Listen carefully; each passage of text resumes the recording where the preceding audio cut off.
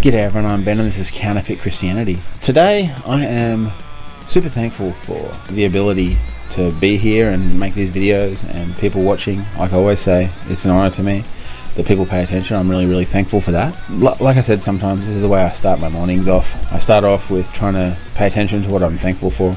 It helps me build joy, and joy is the catalyst for all good things in our lives. Joy brings peace and so on and so forth. And then if I'm joyful, I can spread that through my family. It started off as an absolutely intentional thing that I had to do, and now being thankful for things is spontaneous. It happens every single day that I wake up.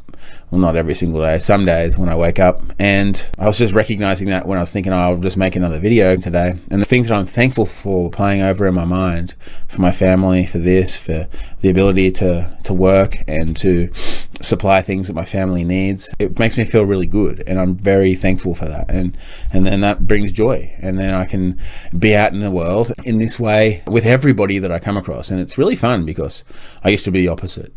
But yeah, I just thought I'd mention that again. I know I mention it a lot, but it's part of who I am now. Part of these videos and what they mean to me is passing on this idea of the ability to be joyful despite bad things happening. And I talk about a lot of negative things on this channel, and they're things that need to be talked about, but it doesn't have to pull you into hell with them. We can separate ourselves from hell of Christianity and religion and all these other things.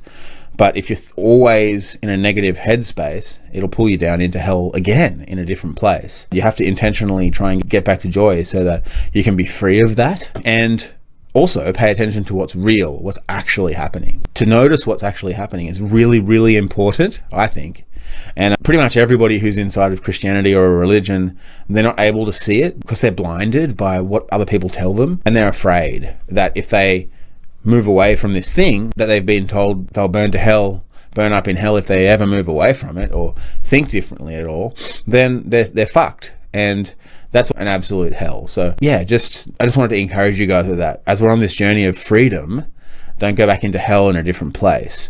As you go into freedom, be with our daddy. Try to be intentionally joyful so that we can get back to joy and see the world the way that it was designed, not the way that we have been tricked into seeing it inside of every system that we're a part of. But yeah, I just thought I'd encourage you with that. That's basically how I go through my life and how I stay sane, is because I'm paying attention to what is good and thankful for that. And I'm very thankful for that.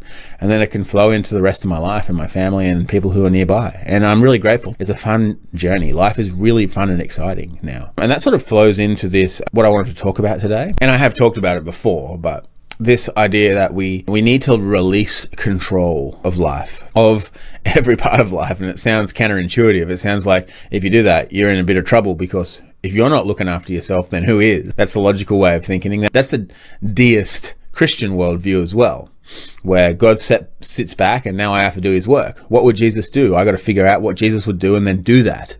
That's a bit of a scam. Well, it's a massive scam. It's a huge fucking Christian lie. It's a death cult. It's a massive curse to live your life that way, thinking that you have to go off showing other people who God is. It's not true at all. You just have to go around being yourself while you're joyful and you are thankful for things, and then your true self can actually come out. That is the way that you live. That is worship. That is a truth that is very simple, but it's very hard to see inside of this world of Christian lies. I've been thinking about this idea of releasing things, and what comes to my mind when I say releasing things, this idea of releasing my family to be themselves first, but also to be with God and them to do the things that they want to do. I talked previously in another video about agendas and expectations, and how having that is a big problem. If you have agendas and expectations for people around you, you're going to kill them and curse them. And this idea of releasing things in my life that I care about more than anything is what it means to have faith. That's what I think. It's like actually releasing them to God and being like, I don't want to control this in any way. For example, my kids. And I was brought up in the opposite, where you are forced to do everything because it's good for you. And you don't know shit because you're some stupid fucking kid. You have no understanding about yourself. You're just a dumb piece of shit that is told what to do. And if you don't do it, you get flogged. And that is probably the world that most people my age grew up in. Bits and pieces of that are falling away now because people see how fucked it is and they don't want to continue cursing their kids the way that they were cursed. That understanding of the world, that kids are just things that need to be told what to do and beaten into shape, is what most of us received. A lot of influential people and influential Christians think that that is the way that you need to live life, of you beating your will into your children so that they can be forced into being good people. Because look at all the fuck-ups in the world. They think that happens because they weren't forced strongly or hard enough into becoming what is good. It's the exact opposite is what I believe is truth. If we can release our children into the arms of our daddy, but even if you don't believe in God, just releasing your kids will give them freedom. Just talking to them, asking them questions, figuring things out that way, they will make good decisions. I've experienced that with my kids. They make really good decisions. And the only time bad things happen to them is when other people try and force their will on them with, oh, you should hang out with this person, or you should do that, or that's important. That's when bad things happen, because they have to shut their mouth instead of talking about what they actually think and feel. That's why I got into trouble when I was a kid, is because I was forced into these situations that I had no control over. And then we think that our parents expect this of us, so we better not say anything, otherwise we'll disappoint them. And that's the world that we received. And it's hard because everyone's like, oh, your kids are gonna fucking do stupid shit and get themselves fucked up. No, they're not. No, they won't. They're not fucking retarded. They're not mentally ill. They're not sick. They're human beings. They'll be fine because they have me as their backup. That's why I feel secure, is because I have my daddy. I have the living God as my backup. And so I know that the things that I want to do are good. And I know that I can live in that and be okay because he's got my back. And I understand who he is now. I understand that he's going to lead me into good things. And I can do that exact same thing for my kids.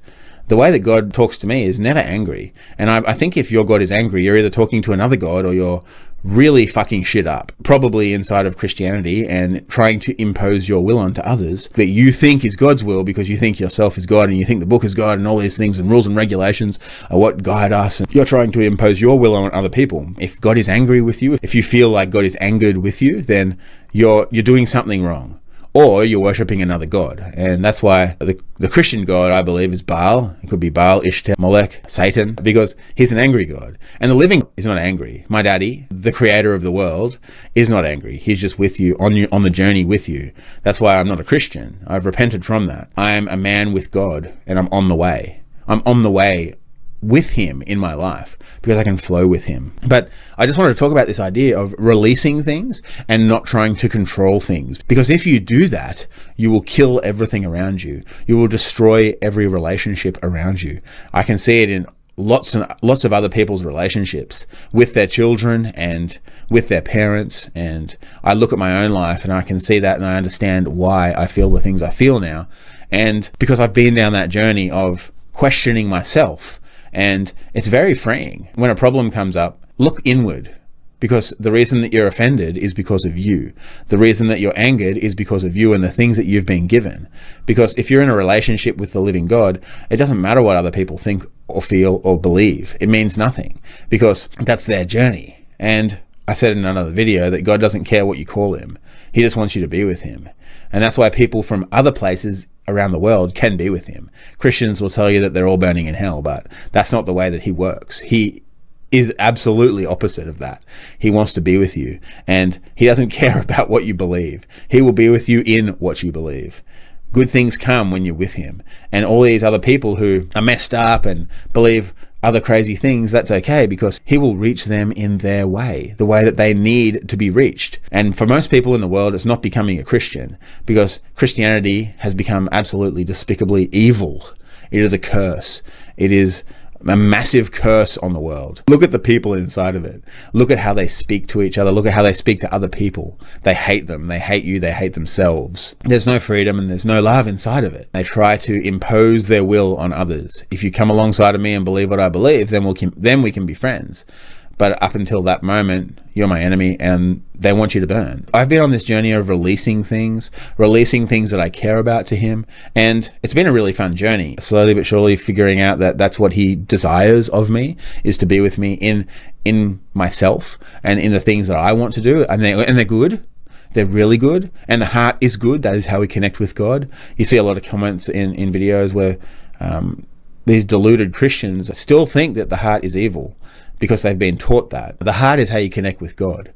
And that is why people don't understand who God is anymore, because they've hidden their hearts from themselves. They get fucked up by other people telling them what's good and what's bad. The only way to know what's good is to be with Him. But I have released, I just wanted to encourage you with that. When you're with our Daddy, with the living God, with our Creator, you can be free to release everything to Him and not try and hold on to everything and figure things out, because I see people who do that and it looks like hell to me. Like, it'll work. Like, there is a chance that you'll get through and you'll do well and all that sort of good stuff. Like, you may make a lot of money, but what'll happen to everything else around you? What'll happen to your joy? What'll happen to your peace? What'll happen to your family? Like always, this is my understanding. I don't know shit. I'm just here on this journey with our Creator, with our Daddy. And if you like it, like it. If you want to subscribe, do that and pass it on to people if you think that they might like it. I really do appreciate you guys, and I really am thankful for this journey, this place, this space that I can talk about all this stuff that comes up into my mind. I'm really, really thankful. See you next time. Bye.